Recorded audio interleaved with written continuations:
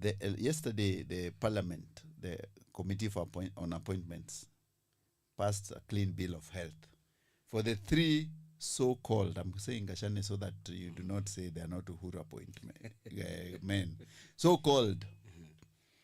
What will happen next? Number one, I insisted yesterday that those are not Uhuru's men. And I will repeat, because I see and I repeat that there is a clear strategy for some people to misuse the media and create a narrative and perception that Uhuru is in Kenya Kwanza administration. By the way, former Nakuru governor has his party called Ubuntu People's Party. Yes. Former Kiambu governor has a party called Tujibebe wa Kenya Party. And he was a principal of the Kenya Kwanza coalition. And then we have now Mutahi Kagwe.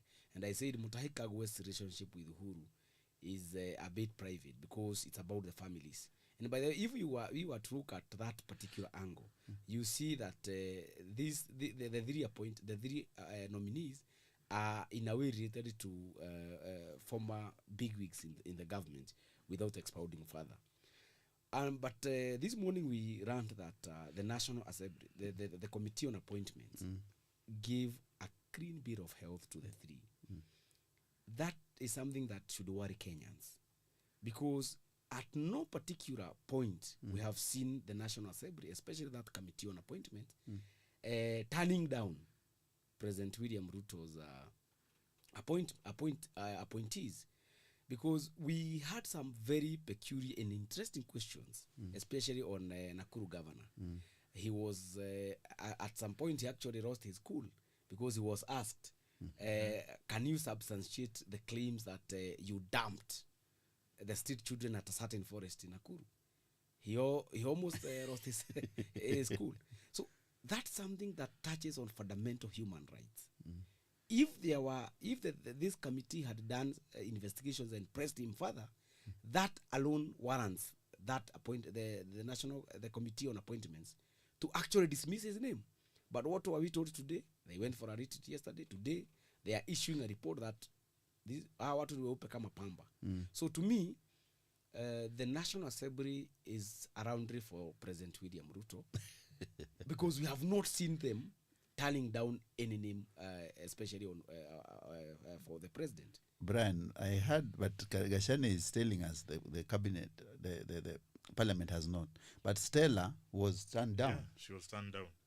Why, Gashane? Stella was turned down. What is the reason? And is it right for us to say that they've never turned down people?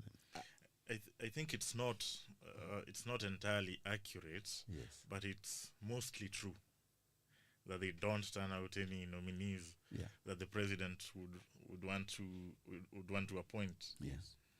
But then Stella, in the case of Stella, I believe that she's not someone who is considered political. Yes. So it's easy. She's not a heavyweight. Yeah, she's not a heavyweight. So it's easy to do away with such a name. But then look at the three guys that the president appointed, Kabogo, Lee Kinyanjui, and Nani. And who was the other one? Mutahi Kagwe. Yes. Yeah, what's the motivation for appointing these three people? What's the motivation for the president? What does the president hope to achieve? He hopes to achieve the sense that, you know what, I still value Mount Kenya first. I still value Mount Kenya. And the second bit of it is that Gashane, says that they're not Uhuru's allies. Yes, they're not. Yeah. They may not be Uhuru's men, but the appointments came after the president met Uhuru. So he wants to convey the message that, you know what, Uhuru and I are in the same boat, which he hopes will be detrimental to Gachagua in their power play. But then that points to a very disturbing situation, very disturbing reality with our country, that we are organized along ethnic lines, and that the president knows that he can capitalize on these weaknesses. Yeah, but then what he forgets is that the circumstances that forced him to dissolve his cabinet were such that the public were not were disenfranchised with his government. The young people did not care who was in cabinet. They just want to see the government deliver for them. Yeah. So you've said, you brought a very interesting point that politics is local, and the Ruto president is trying to play into the narrative of tribal jingoism, and Mount Kenya, which we think and